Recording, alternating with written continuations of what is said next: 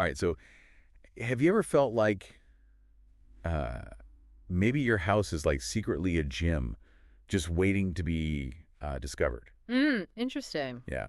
So in today's deep dive, we're ditching those fancy gyms and like all the equipment, and we're going to unlock your inner fitness MacGyver, right? I like that. So you wanted to know more about using just common household items for workouts. Okay. And we've got a ton of great articles from the manual, Well Plus Good, Reader's Digest, Breaking Muscle, and even Level 2. Wow, that's quite the stack. Yeah. So if you're ready to learn and maybe even get ready for like a killer at home workout, All right. we're going to break down all the best tips and tricks. Plus, we'll even uncover some of the unexpected benefits you might not have considered, right? Awesome. I'm excited. You too. Okay, so let's start with the basics. Weights. Like, honestly, every article is overflowing with DIY weight options. Yeah.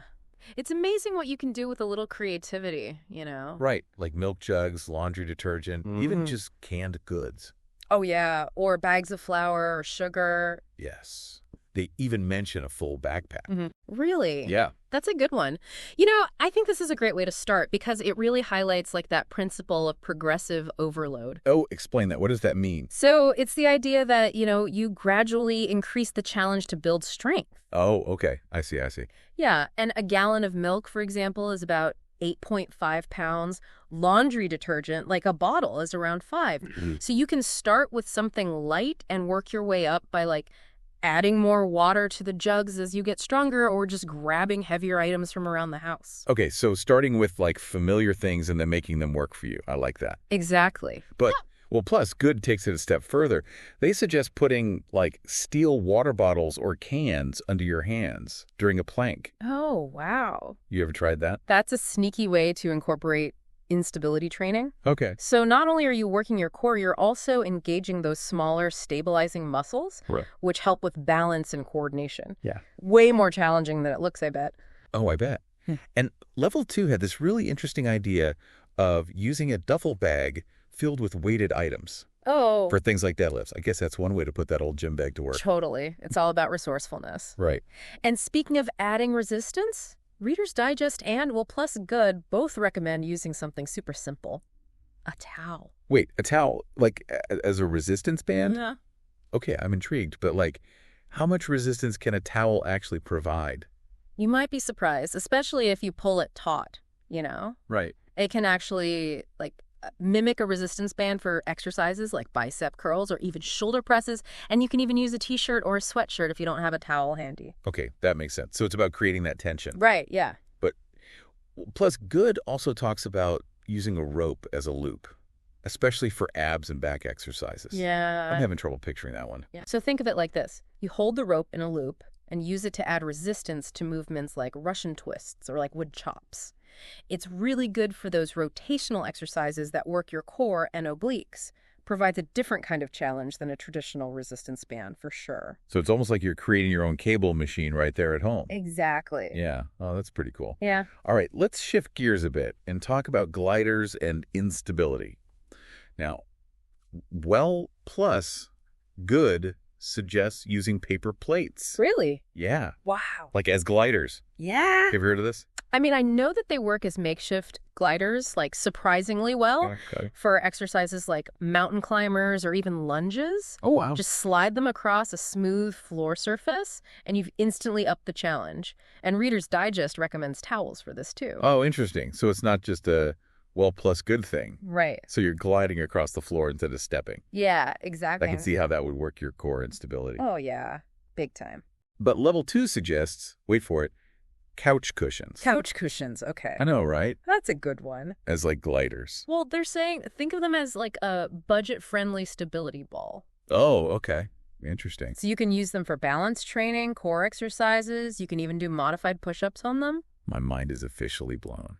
Who knew that your living room could be such a versatile workout space? Right. All right, let's talk about some full body moves and some maybe slightly more unique uses for these everyday items. Okay. So, Well Plus Good suggests filling a laundry basket for deadlifts. Oh, why? But how do you know how much weight to put in there? You just got to start light. You don't want to throw your back out. Start with things like clothes or towels, and then gradually add heavier items as you get stronger, like books or cans. Good point, yeah. Don't need to be deadlifting a laundry basket full of bricks on my first try. No, definitely not. And then they also recommend using a backpack filled with cans or bottles for weighted squats or lunges.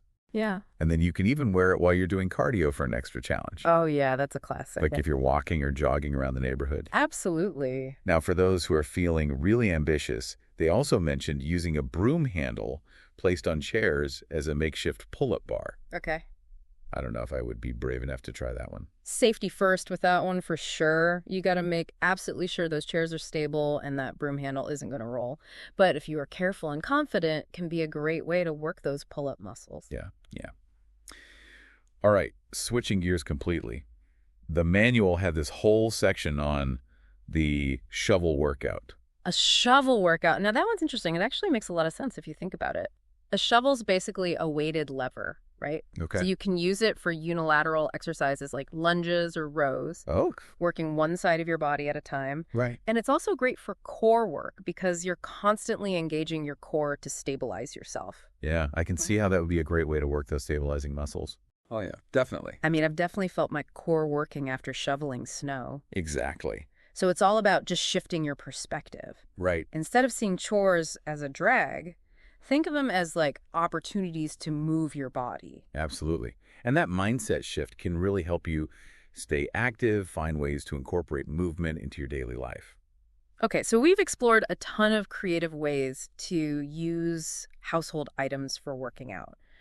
But I'm kind of curious about the mental side of things. Okay. Do you think there's like a psychological advantage to this whole DIY approach to fitness? Oh, absolutely. There's a real sense of empowerment that comes with, being resourceful, looking around your house and realizing that you don't need a fancy gym or expensive equipment. Yeah. To get a great workout, it's like you're kind of breaking free from those expectations and taking control of your own fitness journey, It's like you're hacking the system a little bit. Yeah, exactly. Proving that you don't need all the bells and whistles to, achieve your fitness goals. Right. I bet that can be a huge confidence booster, right? For sure. And it also encourages, I think, a more mindful approach to exercise. Okay. How so? Because when you're working with unconventional tools, you have to be more aware of your form, your technique, how your body is feeling. Right. You're not just going through the motions on a machine. Exactly. You're really tuning into your body and what it's capable of. Yeah, that makes sense. It's like developing a deeper understanding of your own strength and limitations, which can be incredibly empowering, you know? Yeah. And also help prevent injuries. It's like a built-in safety mechanism. Exactly. Because you're forced to be more present and aware of your movements. Precisely. You can't just zone out and rely on the equipment to guide you. You have to actively engage your mind and body throughout the entire workout. And this is making me realize that there's so much more to this whole DIY fitness thing than just saving money or being resourceful. Yeah. It's almost like a philosophy, like a whole different way of approaching exercise with more intention and self-reliance. I love that. I think it's about challenging those assumptions about what you need to be fit and healthy. Right. And finding solutions that really work for you on your own terms. Yeah, totally. But let's be realistic. Okay. How sustainable is this approach, in the long run? Can people really maintain this kind of DIY fitness routine over time? That's a really good question. I think the key to staying motivated with any workout routine, DIY or not, is variety. Okay. Got to keep things fresh and engaging. So how do you do that with just household items, though? That's where the creativity comes in. Don't be afraid to experiment. Try new combinations of exercises. You could even challenge yourself with a DIY obstacle course. Oh, fun. Yeah, you can set up a circuit using different items or even turn your living room into a mini fitness playground. I love that, a fitness playground. It brings back that sense of fun and playfulness. Yeah. It shouldn't be all about grit and discipline all the time, right? Exactly. Fitness should be something you enjoy, something that makes you feel good. And if you're having fun, you're much more likely to stick with it. That makes sense. Huh? But let's talk about the elephant in the room. Results. Okay. Can you really get the same results with DIY fitness as you would with traditional gym equipment? That is a great question. And the answer is, it depends. Okay. It depends on your goals, your effort, and your consistency. If your goal is to build serious muscle mass or compete in powerlifting, a gym with, specialized equipment might be a better option. Okay. But for most people, just trying to stay active, get stronger, improve their overall fitness, Yeah. DIY can absolutely deliver. Awesome. Remember those key principles of fitness like progressive overload, muscle fatigue, proper form. Right. They apply no matter what equipment you use. So it's not about the tools, it's how you use them. Exactly. And I think that's a really empowering message because it means that fitness is truly accessible to everyone, regardless of their budget or access to fancy gyms. You can achieve amazing things with just a little creativity and a lot of dedication. I love that. It's really about taking ownership of your health and fitness. Couldn't agree more. Breaking down those barriers and showing people that fitness can be fun, creative, and accessible to everybody. All right, so we've covered a lot of ground in this deep dive. We talked about everything from milk jug weights to shovel workouts, towel resistance bands to paper plate gliders. Wow, that's a lot. I know, right? And we've even explored like the mental and emotional benefits of this DIY approach to fitness. It's been a blast. Yeah. I hope our listeners are feeling inspired to go out there and experiment with their own creative fitness solution. Me too. Okay, so we're back. And my mind is seriously like buzzing with all these ideas. I know, right? It's so cool. It's amazing what you can do with just stuff around the house. Totally. So as we wrap up this deep dive, what else should our listeners know as they kind of like embrace this inner DIY fitness guru? I think the most important thing is to, just approach this whole thing with a sense of curiosity and playfulness too. Right. Like, don't be afraid to experiment, try new things.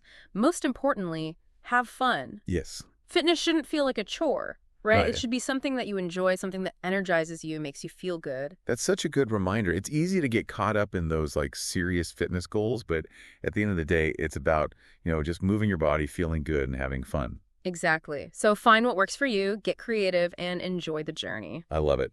Well, this has been such an eye-opening and inspiring deep dive. Thanks for joining us today. It's been a pleasure. And to all our listeners out there, remember, that power to DIY your fitness journey, that lies within you. So unleash your creativity, challenge your limits, and discover, the joy of movement. You might even inspire us with your own unconventional workout ideas. Who knows? Awesome. Well, that's it for this deep dive. Thanks for listening, and we'll catch you next time.